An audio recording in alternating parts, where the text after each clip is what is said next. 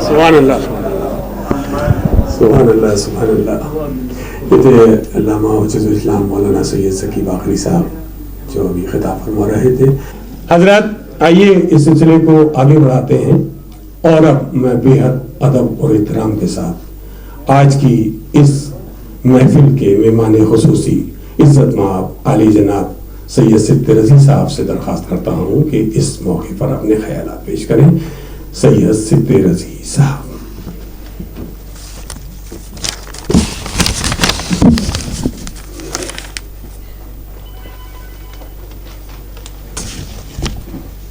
صدر محترم جناب سندیپ صاحب، حیدر کمال صاحب، حسنانہ ٹرسٹ کے بہت ہی فعال سرپرست زیدی صاحب، خواتین و حضرات، سب سے پہلے تو میں حسنانہ ٹرسٹ کے منتظمین کو، بالخصوص زیدی صاحب کو اور حیدر کمال صاحب کو شکریہ ادا کرنا چاہوں گا کہ وہ مجھ ناچیز کو وقتاً فوقتاً یاد کرتے رہتے ہیں اور اس سعادت سے مجھے روشناس کراتے ہیں جو ہمیں زندگی میں بہت کم ملا کرتی.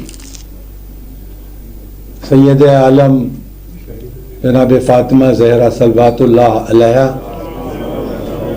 سے منسوب کی گئی کوئی محفل یا مجلس یا کوئی انعقاد اپنے میں خود بہت اہم ہے، اور یہ انعقاد اس موقع پر ہو رہا ہو جس کے آس پاس ساری دنیا میں خواتین کے مسائل پر گفتگو ہو رہی ہو، بحث ہو رہی ہو، کہیں تشویش کا اظہار ہو رہا ہو، کہیں تشکر کا اظہار ہو رہا ہو. آپ کو معلوم ہے خاص طور پر خواتین کو کہ ابھی 8 مارچ کو ساری دنیا میں یونائٹڈ نیشنز کے فیصلے کے تحت جو سن 1975 میں ہوا تھا، خواتین کے مسائل، ان کے حقوق کا دیا جانا اور ان کے حقوق کا سلب کیا جانا، اس پر بحث مباحثے چل رہے ہیں. اور ابھی بھی آج جو ہے وہ آخری دن ہے اس ہفتے کا جو ساری دنیا میں ڈکلیئر کیا گیا ہے. سن 1975 میں یونائٹڈ نیشنز نے یہ طے کیا کہ ہم ایک تاریخ مقرر کرتے ہیں ملکوں کی سہولت کے لحاظ سے، جب سال بھر میں ایک بار وہ دنیا کے خواتین کے مسائل کو اپنے اپنے ملک کے سیاق و سباق میں اس پر گفتگو کریں، تجاویز پیش کریں، اور پھر دھیرے دھیرے یہ ایک پورے ہفتے کے لیے جس میں ثقافت، کلچر، ادب، لٹریچر، لٹریسی اور جملہ جو مسائل ہیں سماج کے اور سوسائٹی کے اور معاشرے پر، ان پر بات چیت ہوتی رہے، اور ایسا ہو رہا ہے. آپ جانتے ہیں کہ دوسری جنگ عظیم اور اس سے پہلے پہلی جنگ عظیم ورلڈ وار فرسٹ اور ورلڈ وار سیکنڈ میں خواتین کی طرف سے جسے ریزسٹنس موومنٹ تو پوری طرح سے نہیں کہیں گے، لیکن اس کے خلاف آواز اٹھانے کا جو کام کیا اور جس سے بہت سے ممالک میں پر اثر پڑا، ان کے تصورات، ان کے خیالات پر اثر پڑا، تو سب سے پہلا مرکز جو جنگ کے خلاف کھڑا ہوا، جو سب سے پہلا محاذ جنگ کے خلاف بنایا گیا، وہ خواتین کا تھا. اور آپ نے دیکھا کہ پچھلے کئی صدیوں میں بہت سے ریزسٹنس موومنٹ آئے، خاص طور پر لیبر موومنٹ، جس میں روس، فرانس اور کئی ممالک اس بات کا اظہار کرتے ہیں کہ یہ حقوق جو اس طرح کے ملے حالانکہ پوری طرح سے ان ممالک میں بھی نہیں جو آج اس بات کا بہت زور شور سے اعلان کرتے ہیں کہ اس کی ابتدا ہمارے یہاں سے ہوئی، لیکن بہت سے معاملات میں عورتوں کے ساتھ، خواتین کے ساتھ مکمل طور سے جسے مساواتی مزاج یا مساواتی سماج کہتے ہیں وہ ابھی بھی نہیں بن سکا ہے۔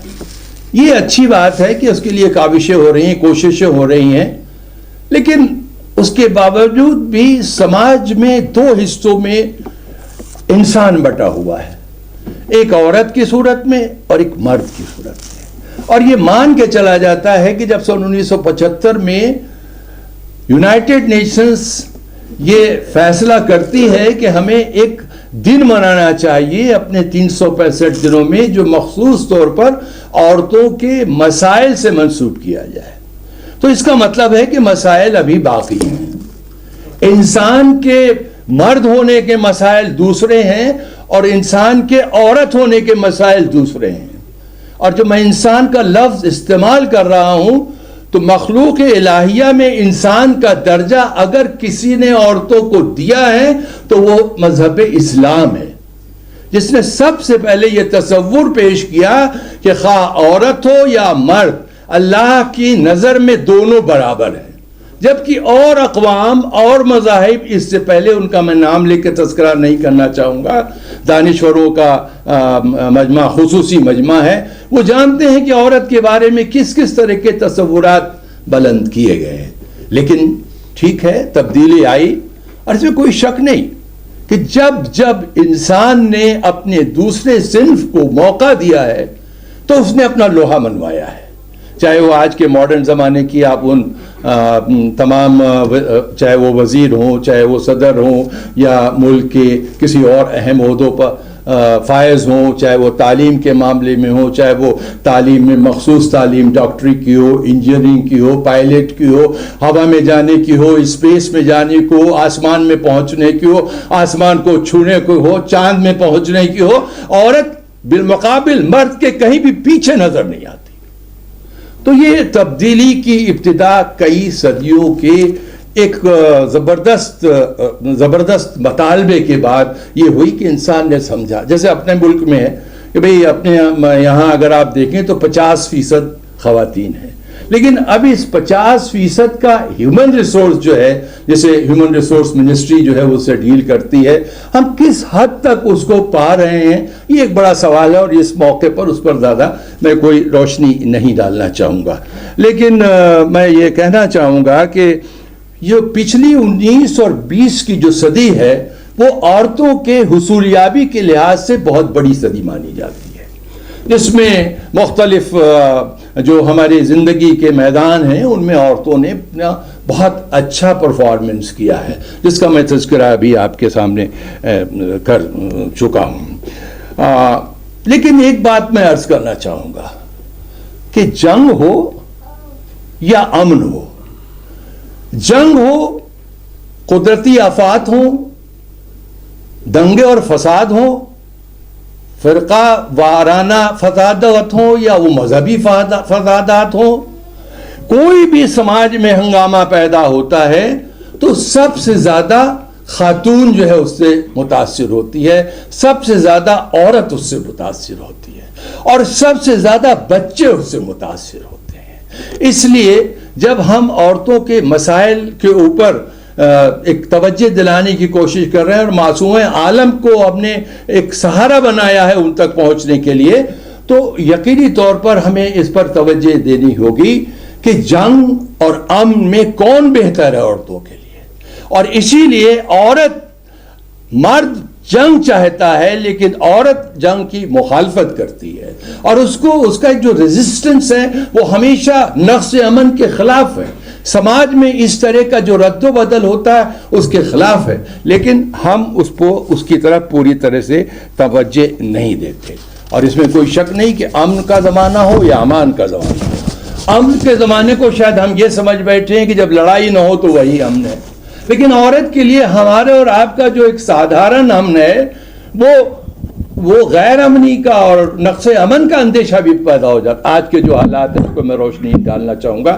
لیکن آپ جانتے ہیں کہ کس طرح سے کن صعوبتوں کا, کن لعنتوں کا, کن پریشانیوں کا ہماری خواتین کا مقابلہ. اور یہ صرف ایک ہندوستان سے تعلق رکھنے والی بات نہیں ہے, دنیا کے سیاق و سباق میں آپ دیکھیے تو کہیں کم کہیں زیادہ وہ ممالک جو عورتوں کے حقوق کی ترجمانی کرنے کی بات کرتے ہیں اس میں بھی ابھی برابر کے وہ درجات نہیں مل پائے جو شاید ہمارے ملک میں آزادی کے بعد عورتوں کو دے دیے گئے. میں کوئی اس طرح کا تقابل نہیں کر رہا ہوں کہ ہمارے ملک میں زیادہ اچھا ہے, مسائل تو مسائل ہیں. جب ہم خاتون جنت کا نام لے کر عورتوں کے مسائل پر توجہ دے رہے ہیں تو یہ بین الاقوامی معاملہ بن جاتا ہے.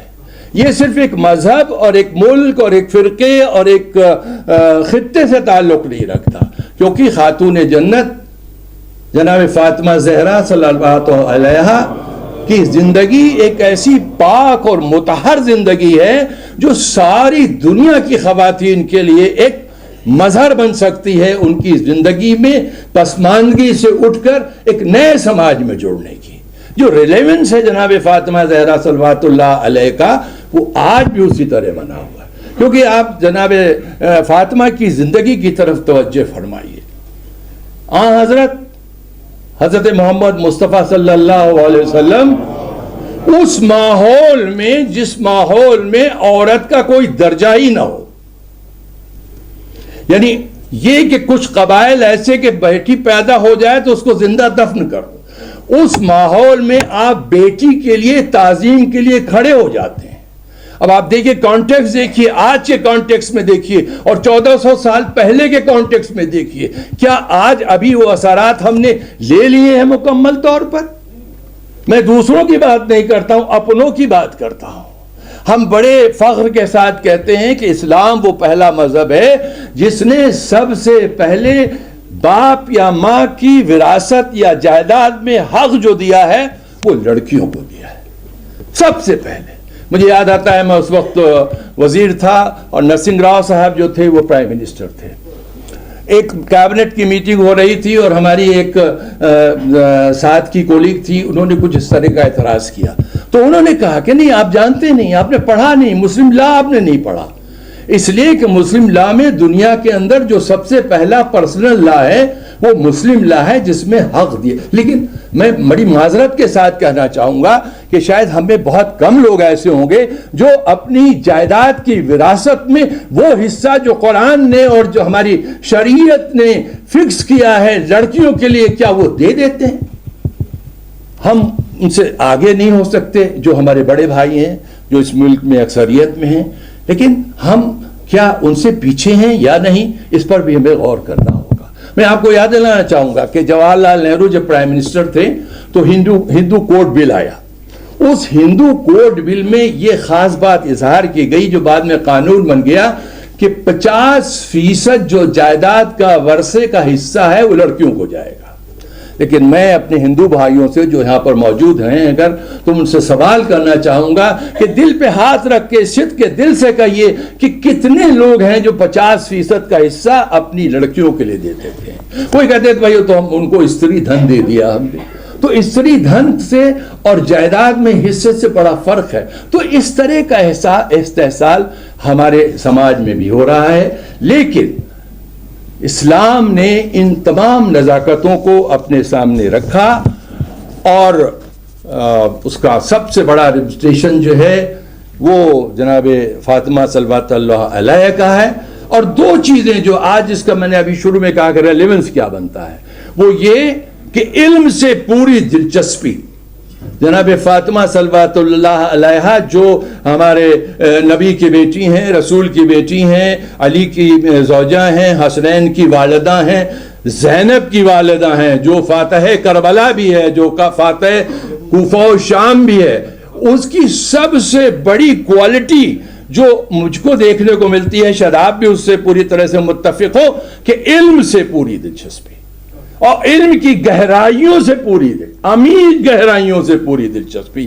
یعنی وہ مسائل جو علمی مسائل ہوتے تھے اور دین اسلام سے تعلق رکھتے تھے وہ لمحوں میں اس کو حل کر دیا کرتی تھی.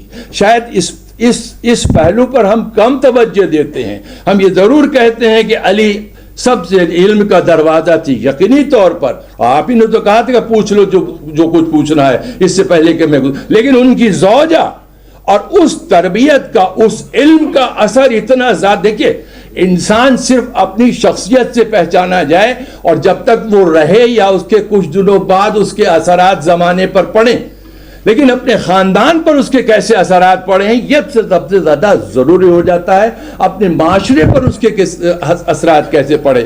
تو اب کربلا کی اگر آپ تھوڑی سی توجہ اپنی اس طرف لے جائیں تو آپ دیکھیں گے کہ وہاں زینب کس کی بیٹی ہیں، ام کلثوم کس کی بیٹی ہیں، علی کی بیٹی ہیں، فاطمہ کی بیٹی ہیں، اور وہ بیویاں جو اس گھرانے کی کنیز رہ چکی ہیں.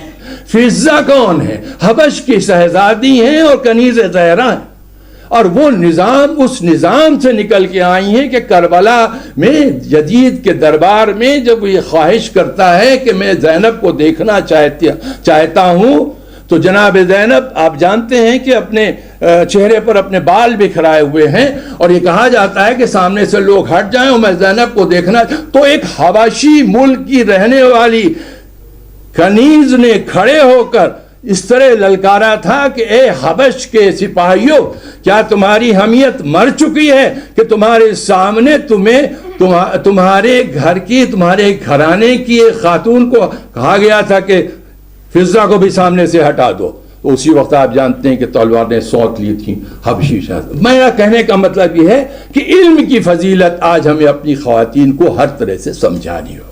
آج ماڈرن زمانے میں بھی اور پہلے زمانے میں ہم سوچتے ہیں 1400 سال پہلے کیا ہوگا.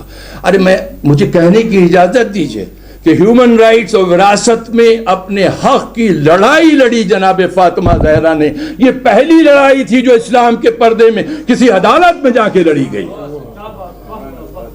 یعنی یہ جناب زہرا کی جرأت اور علم کا عالم تھا، اور اپنے حق کو لینے کی تمنا تھی، حوصلہ تھا، جذبہ تھا. اسی لیے خلیفہ کے دربار میں، اس دربار میں جو عدالت بھی تھی، وہاں آپ تشریف لے گئی تھی. اس کی تفصیل کے ساتھ میں آپ کے سامنے نہیں جانا چاہوں گا. تو میں کہنا چاہوں گا کہ آج جس جمہوری نظام میں ہم رہ رہے ہیں، وہ چاہے دنیا کا جمہوری نظام ہو یا دنیا میں کسی اور طرح کا نظام ہو، لیکن ہمارے ہاں جمہوری نظام ہے، اور یہاں حق پرستی اور حق گوئی اور اسی کے ساتھ ساتھ اپنے حقوق کی حاصل کرنے کی ایک جنگ چل رہی ہے. اور خواتین کو بھی میں سمجھتا ہوں، اور خاص طور پر ہماری خواتین کو اس سلسلے میں آگے بڑھنا ہوگا. اور علم ہی ایک ایسا ہتھیار ہے جس سے ہم ہر اندھیرے سے لڑ سکتے ہیں.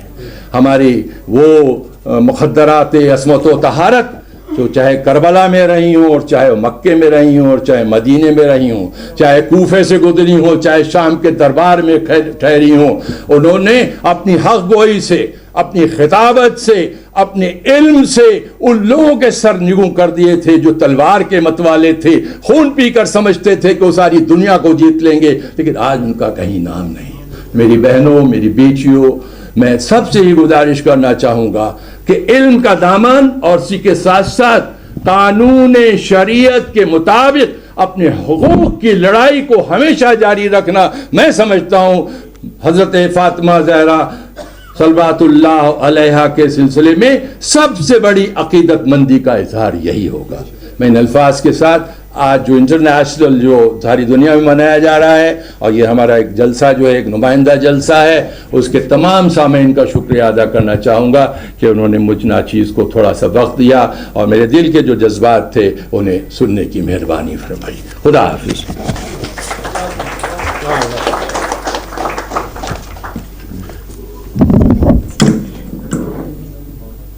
بہت بہت شکریہ. محترم سید سبت رضی صاحب خیالات سے اپنے نواز رہے تھے. اے جبین مصطفیٰ تو ہی بتا، اے جبین مصطفیٰ تو ہی بتا، کتنے سجدوں کا صلہ ہے فاطمہ، کتنے سجدوں کا